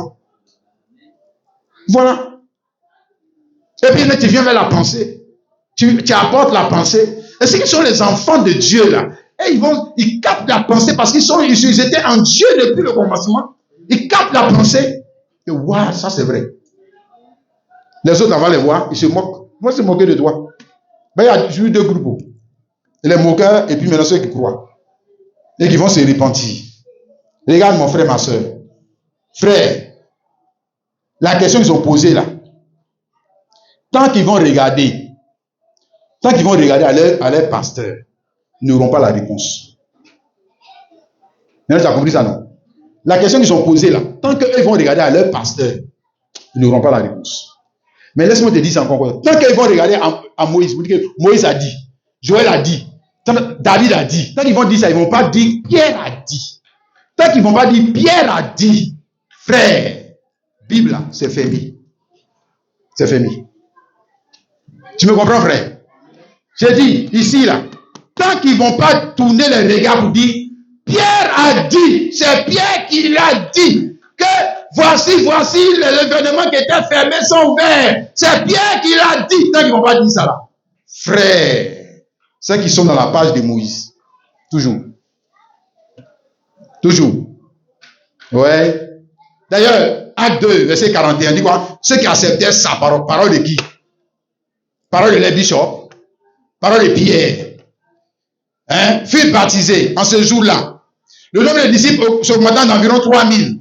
Ils persévéraient dans l'enseignement des apôtres, dans la fraction du pain, dans la communion fraternelle, dans la fraction du pain et dans les prières. Ah, voilà les convertis. Bon, maintenant, ils ne suivent plus leur pasteur, ils ne suivent plus leur sacrificateur. Non, ils ne les suivent plus. Ils suivent qui? Mais les apôtres. C'est eux. C'est eux qu'il faut suivre. Sinon, ça que la Bible est fermée pour toi. Sinon, c'est fermé. C'est fermé. Maintenant, tu dis que je peux ouvrir. Bon, il faut ouvrir. Et puis, il faut lire. Ça reste fermé pour toi.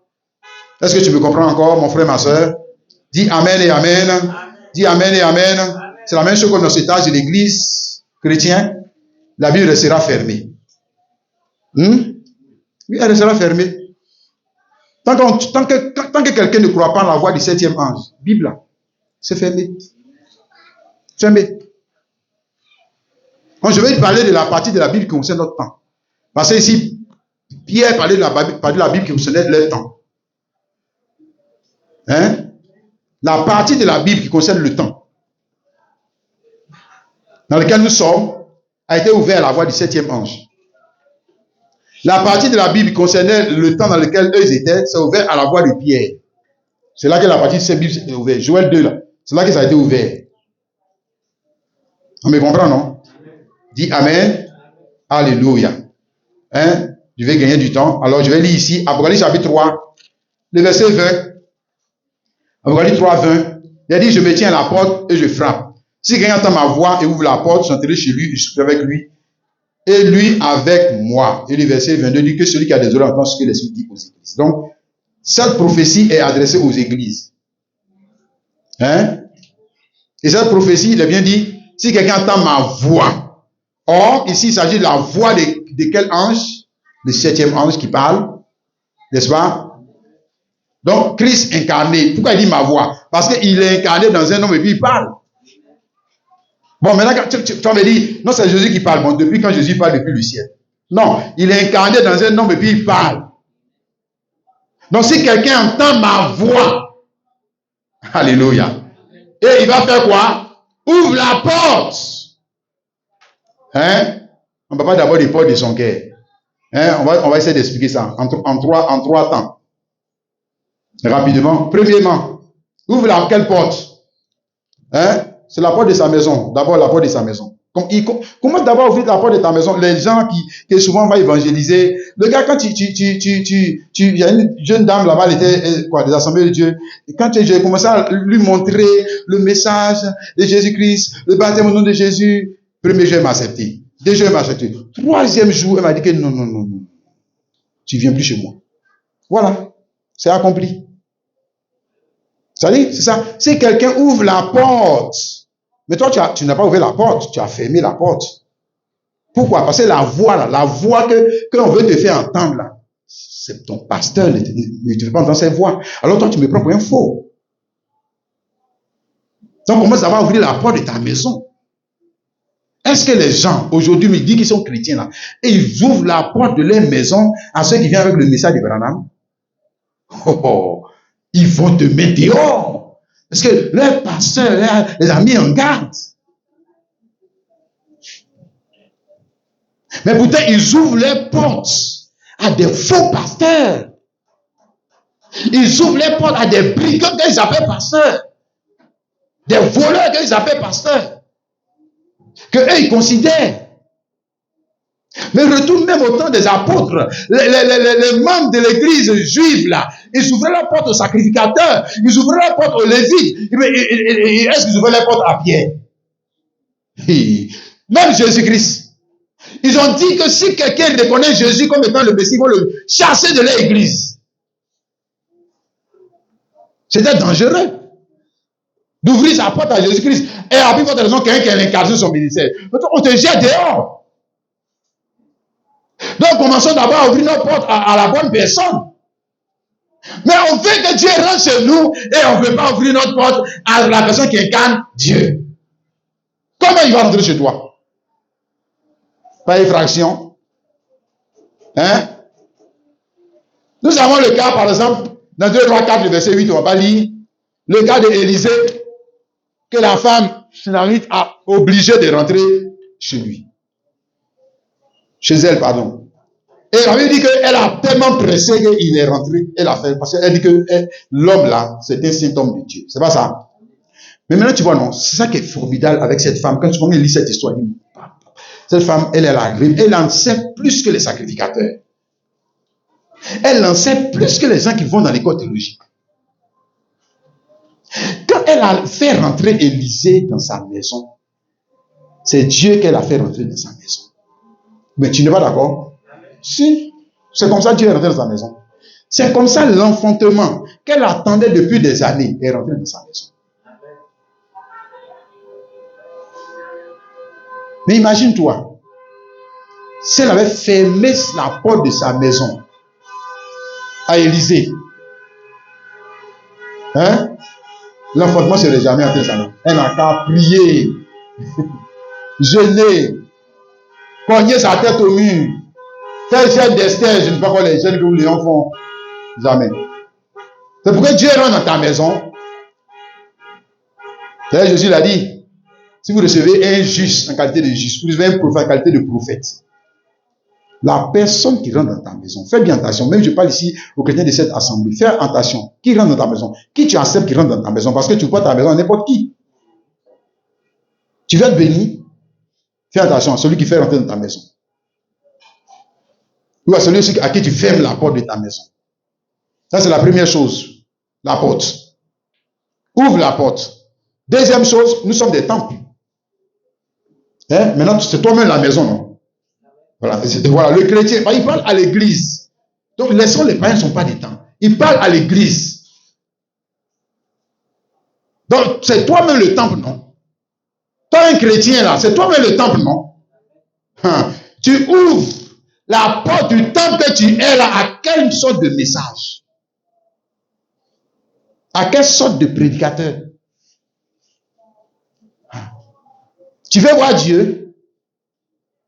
Fais bien attention. Et troisième chose, il dit j'entrerai chez lui. Parce qu'il ne force pas. Il faut qu'on ouvre la porte. Troisième chose, c'est la porte de l'église.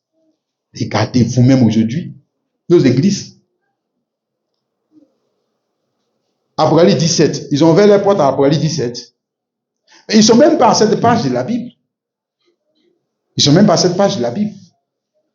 Malachie 4. Ils ont ouvert les portes à Malachie 4. Non, ils sont pas. C'est des versets de la Bible qu'eux ils ignorent. Eux, ils ne sont même pas là-bas. Voilà, eux, ils sont en train de parler de on va partir, on va prospérer, on va. Voilà. C'est des pasteurs comme ça qui ils ouvrent la porte de l'église, de leur chair. Et ils disent que ils veulent rentrer au souper. Alors que ici, là, il y a une promesse qui est faite à celui qui ouvre la porte.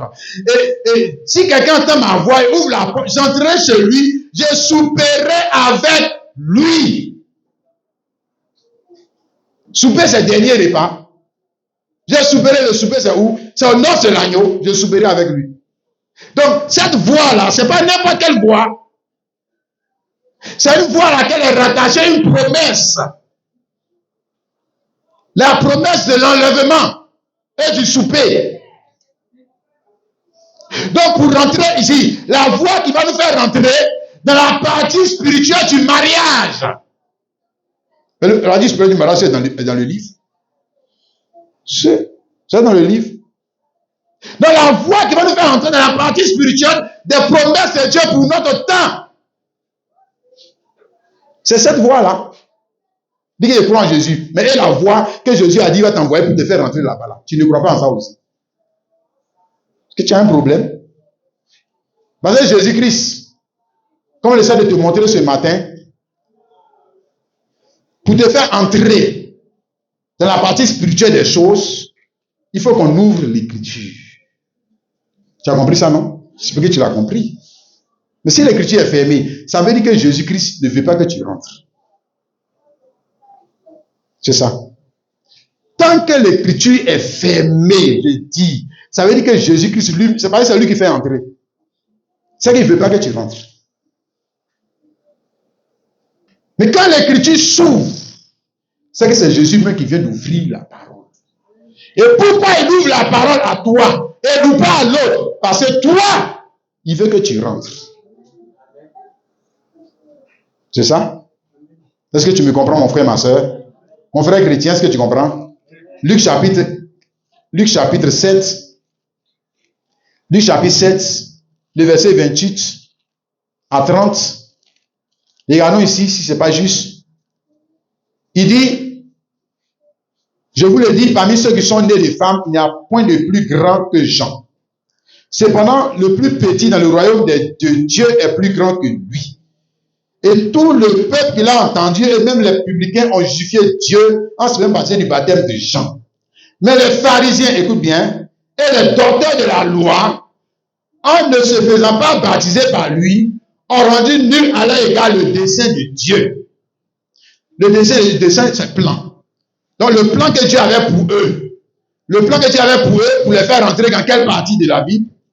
Là où sont les plus grandes et les plus précieuses promesses. J'espère que tu as compris ça, non? Donc Dieu avait un dessein pour eux. Dieu avait un plan pour eux.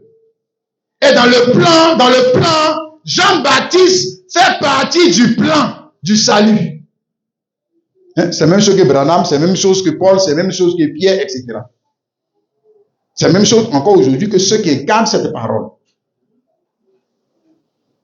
Jean-Baptiste, là, d'ailleurs lui-même, il a situé son ministère, Jean 1, le verset 22 à 23, il a situé son ministère dans la Bible. Il dit, je suis la voix de celui qui crie dans le désert. Donc, il a situé son ministère dans la Bible. Il n'a pas situé son ministère en dehors de la Bible. Il a situé son ministère dans l'Alliance. Et Jésus-Christ, quand Jésus-Christ est venu, Jésus-Christ nous a montré que Jean-Baptiste est le plus grand des prophètes de l'ancienne Alliance. Pourquoi? Parce que Jean-Baptiste, lui, il est le médiateur, le pont. Tu comprends, mon frère? Amen. Hein? Entre ceux qui étaient sous la tradition des pères, hein, et les enfants. Donc, les enfants des pères, qui sont les apôtres, qui allaient venir avec une foi, la foi pour nous faire entrer dans le spirituel. Tu vois? Donc, les pères, là, elles ne sont pas fait entrer dans le spirituel. Les traditions qu'ils ont données, les fêtes et la loi n'est pas rentrée dans le spirituel. Mais la promesse qui avait été faite aux pères, c'est que les enfants devaient rentrer dans le naturel. Ils sont rentrés dans le pays naturel. Si. Mais leurs enfants, c'est-à-dire les apôtres, eux, ils allaient avoir la foi de par Jésus-Christ pour transporter les hommes dans le spirituel. Là où les promesses sont plus grandes, plus précieuses. Donc Jean-Baptiste fait le pont, tu vois. C'est pour ça qu'il n'a pas montré l'agneau naturel. Parce que lui, il n'est pas censé nous ramener vers quoi? La page que Dieu allait fermer. Mais il est censé nous conduire vers la page ouverte. La nouvelle page qui est ouverte. Alléluia. Dans laquelle nous avons les promesses merveilleuses. N'est-ce pas, frères et sœurs? Alléluia. Amen et amen. Maintenant, la Bible nous dit ici que ces hommes ont rendu nul à l'égard le dessein de Dieu. Hein? Le dessein de Dieu pour ce temps de la fin, vous et moi, c'est de nous conduire à l'enlèvement. Ça, c'est le dessein de Dieu. C'est pas seulement le mariage. C'est pas seulement le voyage. Mais l'enlèvement. Tu me comprends, mon frère, ma soeur? Et pour nous amener à l'enlèvement, il faut que la parole s'ouvre. Tu me comprends? Dis amen. Si, il faut que la parole relative à la promesse s'ouvre. C'est ça? Maintenant, quand la parole s'ouvre, pour toi et pour moi, comme il a dit ici, alors nous rentrons maintenant, hein, dans le processus du souper. Le souper, le noces de l'agneau. Alléluia, c'est formidable. Quelqu'un voit ça, mon frère, ma soeur? Amen. Amen. Amen. Bien, maintenant, quand tu rentres quand tu rentres dans la révélation, quand tu rentres là où est le mystère, quand tu rentres dans la partie du livre où sont les plus grandes promesses de Dieu, alors qu'est-ce que toi-même tu deviens? Maintenant, on va parler de toi et de moi, puis on va finir là. Amen. Et on a parlé de Paul, de Pierre, tout ça. Mais toi aussi, tu es disciple, non? Si on a dit que c'est ces révélations parmi mes disciples. Alléluia. Tu deviens quoi? La voix de Dieu. Hein? Toi aussi, tu deviens la voix de Dieu. La voix de Dieu exprimée pour ton jour. Pourquoi? Parce que toi, le livre est ouvert pour toi. Quand tu prends la Bible est un livre ouvert pour toi. Donc, tu peux faire quoi? Faire entrer un homme ou une femme dans la partie spirituelle. Où sont les promesses? La Bible ne peut pas... Si la Bible est un livre fermé pour toi, c'est que on a beau prêcher, tu n'as pas des oreilles pour entendre. Voilà. Donc, quand la Bible est fermée, si la Bible est fermée, ou la partie de la Bible, nous sommes en train de prêcher là, est toujours fermée, c'est-à-dire que c'est brouillard pour toi, ça veut dire que tu n'es pas encore rentré dans la promesse. C'est ce que ça veut dire. Parce que tu ne peux pas être entré dans la promesse et puis ne pas comprendre. C'est que le dessein que Dieu a pour toi, c'est de t'emmener à un autre niveau de la bénédiction, un autre niveau de la promesse, mais qui est caché aussi dans ce livre. Tu comprends, mon frère, ma soeur? Tu deviens quoi? La voix de Dieu. Si on lit là dans Apocalypse chapitre 3, le verset 22, que celui qui a des oreilles écoute ce que l'Esprit dit aux églises. Hein? L'Esprit dit aux églises, toi tu es dedans. Ça veut dire que c'est pas à toi à qui on parle, c'est à toi qui parle. Toi qui es l'Esprit qui parle. Parce que ta voix devient la voix de Dieu. Ta voix devient la voix de Christ. Que celui qui a des oreilles, en d'autres termes, t'écoute. Que celui qui veut aller dans l'enlèvement, il n'a qu'à t'écouter. Que celui qui veut prendre part aux noces de l'agneau t'écoute. S'il ne veut pas t'écouter, c'est qu'il ne veut pas entrer dans la promesse, il n'a pas droit à l'enlèvement. Ce n'est pas pour lui. Tu comprends, mon frère? Donc, parce que l'Esprit dit aux églises, l'Esprit c'est quoi? C'est Christ incarné dans les hommes. On n'a jamais vu l'Esprit parler depuis le ciel à quelqu'un. C'est pas vrai? Quand on dit l'Esprit dit aux églises, ça veut dire que l'Esprit est dans un homme. C'est que l'Esprit est dans une femme. C'est que l'Esprit est dans quelqu'un, puis l'Esprit parle. Maintenant, quand on va savoir que c'est l'Esprit qui parle, parce que c'est conforme aux Écritures. C'est pas un démon qui parle. C'est conforme à la parole. D'un bout à l'autre de la parole, c'est la même chose. Exactement cela. Apocalypse chapitre 22, le verset 17, il dit, et l'Esprit et l'épouse disent, viens. Et que celui qui entend dise, viens. Donc, et l'Esprit et l'épouse disent quoi? Parce que l'Esprit et l'épouse ont la même voix. Ou on va dire ça comme ça, la voix de l'Esprit est dans l'épouse. Ou la voix de l'Esprit est dans l'épouse, c'est le corps de Christ. Et le corps de Christ a plusieurs membres. Donc la voix de Christ est avec chaque membre de cette église. C'est pourquoi on dit que l'Esprit et l'épouse disent, viens. Que celui qui entend, parce qu'on prêche à quelqu'un. Celui qui entend quoi? Qui entend la parole qui sort de la bouche de cette épouse ou de ces chrétiens, de ces serviteurs de Dieu, dit aussi la même chose, il commence aussi à parler le même langage.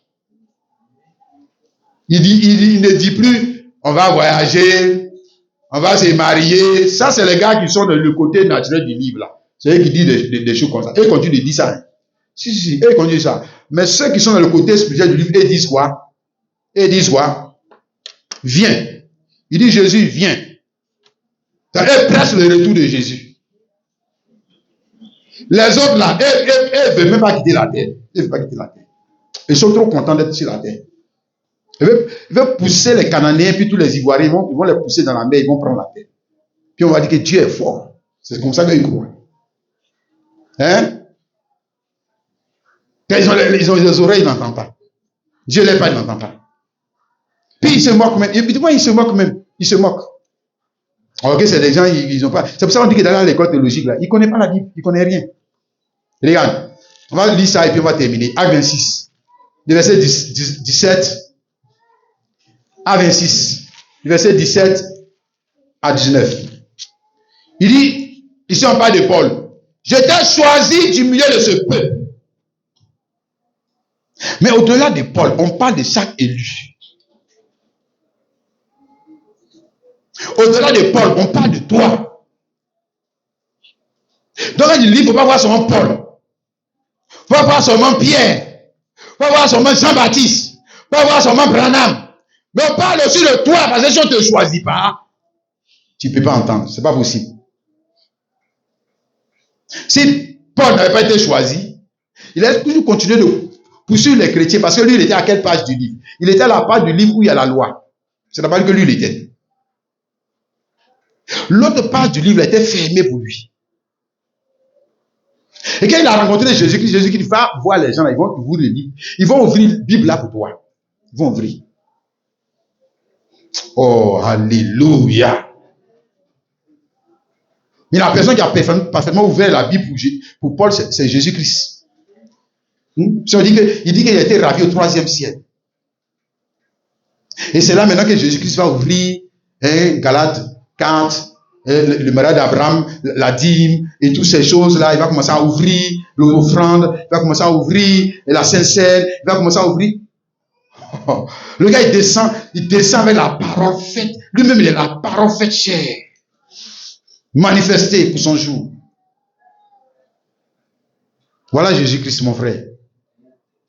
Maintenant, c'est le même choix. Toi, tu n'as pas besoin d'aller au 2e ciel, au 3e ciel. C'est pas ça. Tu as les écrits de Paul.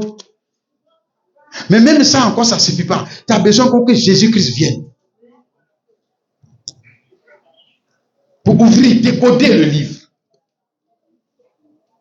Quand tu vois ça arriver, frère, c'est que tu, comme on a chanté là, c'est que je suis du nombre de gens là aussi.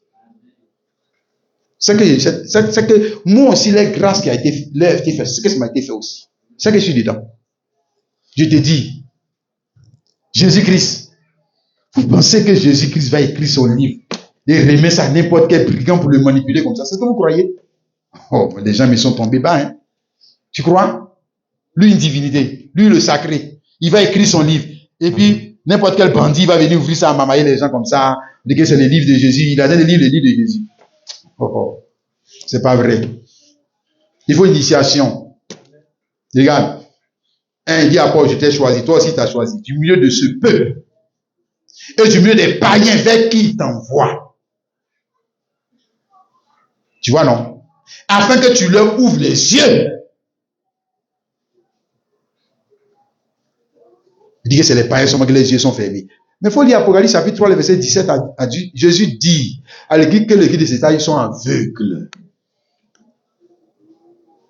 C'est la même chose. Il dit qu'on a besoin, ils ont besoin qu'on ouvre les yeux.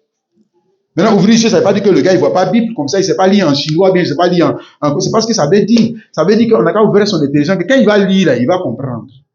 S'il y a un code sur le livre, il ne comprend pas le livre. Hein? Matthieu 28, 19. Allez faire des nations des disciples, bâtir le nom du Père et Fils et de l'Esprit. Lui ne comprend pas que ça veut dire Jésus-Christ. Tu vas apprendre ça, il tape auto tout le temps. Il tape auto, il est dessus. Que non, nous on prend pour Jésus, nous on s'en fout de ce que les apôtres ont dit. Les voici. Le gars a codé son livre, frère. Que Dieu nous aide. Regarde, toi aussi t'as envoyé, n'est-ce pas? Pour que tu leur ouvres les yeux. Pour que tu leur ouvres les yeux. Comme l'église de ce temps a besoin qu'on lui ouvre les yeux. Pour qu'elle comprenne que ce qu'elle appelle bénédiction là, ça c'est les choses qui font partie de la première partie du livre. Vous n'êtes même pas encore entré dans la deuxième partie du livre. Vous parlez de quelle bénédiction? Lis là-bas, tu vas voir comment l'église se glorifie. Je suis riche, je me suis enrichi. Et puis Jésus dit que mais vous êtes des nullards. C'est Jésus qui dit ça. Mais pourquoi vous êtes des nullards? Il dit, mais vous là, vous ne savez pas que mon livre là, ça fait 2 parties. Où vous êtes rentré là? Moi, je ne suis pas là-bas. Je ne suis pas là-bas. Où vous êtes rentré là? C'est le démon qui est là-bas. Lisez bien, on va dire quoi, la tentation que le diable a fait à Satan. Depuis qu'il lui a promis des choses spirituelles. S'il adore, il a promis quoi? Regarde ce qu'il a promis. Et tu vas comprendre. Et pourquoi Jésus-Christ a refusé? Non, quand même, ne sommes pas des enfants. Regarde, il est venu te faire rentrer là où le démon ne peut pas te faire rentrer. Il ne peut pas. C'est pas possible, c'est pas dans ses cordes. C'est pas dans son pouvoir.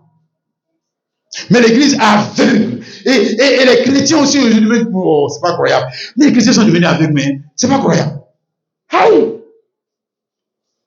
Donc, attends, Jésus-Christ là, il est venu mourir pour nous à la croix, pour que tu te maries aussi comme les païens. C'est ça Jésus-Christ. C'est ça. Tu connais l'argent, c'est ça. C'est tout. Pas, mais c'est que Jésus-Christ. Mais tu peux pas, il fallait même pas venir mourir, il fallait rester là-bas. L'argent, on avait ça derrière sur la terre. Il fallait rester là-bas. On avait le mariage sur la terre. Dis qu'ils sont aveugles. Va leur ouvrir les yeux. Mais là encore, est-ce que nous sommes en train de faire, je veux dire quoi, nous sommes en train d'obéir à la mission du maître. On va leur ouvrir les yeux. Pour les faire entrer, parce qu'ils ne vont pas rentrer tant que toi, tu ne vas pas leur parler. Ils ne rentreront pas. Ils n'ont qu'à prier, gêner, prier. Jamais ça va marcher. Tant que toi, tu ne leur parles pas. Tu as compris? Maintenant, s'ils te rejettent, ils se moquent de toi. Ils se sont moqués de Jésus-Christ. Mais s'ils acceptent ta parole, alors ils seront bénis. Afin que tu leur ouvres les yeux. Pour qu'ils passent des ténèbres à la lumière, de la puissance de Satan à Dieu, pour qu'il reçoive par la foi en moi le pardon des péchés et l'héritage avec les... Voilà. Quel héritage? C'est quel héritage? Tu as vu? Maintenant, il rétrograde la parole. Il dit non, ça veut dire qu'on va avoir les portails iPhone 20, iPhone 30, c'est ça qu'on va hériter. Regardez les choses comme ça. Peut-être qu'on t'a parlé de iPhone 5, iPhone 30. Non. On ne parle pas de l'héritage que personne ne peut venir hériter encore de toi. C'est de ça qu'on te parle. C'est de ça l'héritage qu'on te parle. Héritage que tu peux donner à quelqu'un, c'est fini. C'est pour toi, c'est fini. Oh, que Dieu nous aide, frères et sœurs. Alléluia. Amen. À poursuivre le chemin, n'est-ce pas, frères et sœurs? Et c'est pour ça que tu vois, quand tu lis la vie d'Abraham, Abraham, Isaac, Jacob, on dit qu'ils habitaient sur des tentes et tout cela. Pourquoi? Parce que, en réalité, ces gars, eux, ils avaient compris que les promesses que Dieu leur avait faites étaient à deux volets. Ils avaient compris qu'il y avait le côté naturel des promesses et puis il y avait le côté spirituel des promesses. Mais eux, ce qu'ils attendaient, c'est pas le côté naturel des promesses, c'était le côté spirituel des promesses. Ils ont compris. C'est nous, on n'en a rien compris. Ils avaient compris que les promesses, le livre lui-même, là, on dit alliance. Alliance, la lettre te donne droit à quoi? C'est deux alliances. Bon, le premier te donne droit à quoi? Lui te donne droit aussi à quoi? C'est deux alliances qui sont distinctes. Donc les deux alliances ne peuvent pas donner droit à la même chose. Ça n'a aucun sens. Ça n'a aucun sens. C'est qu'il y a une alliance qui donne droit à quoi? Mais lis bien aux choses de la terre. Si c'est ce que tu veux, fais alliance, rentre dans cette alliance, tu auras les choses de la terre, il n'y a pas de souci. Mais si tu veux plus parce que tu n'es pas satisfait, alors rentre dans la deuxième. Tu auras droit au spirituel. Et puis tu seras quelqu'un qui peut ouvrir les yeux des gens, des aveugles. Tu seras un conducteur d'aveugles pour leur montrer le chemin. Et regarde, le chemin vous avez pris, c'est pas ça. Vous êtes trompés. Amen. Que le Saint-Esprit nous aide. Frères et sœurs, on va s'arrêter là. On va s'arrêter là et puis on va chanter ce chant. Hein, c'est possible? On va chanter ce chant.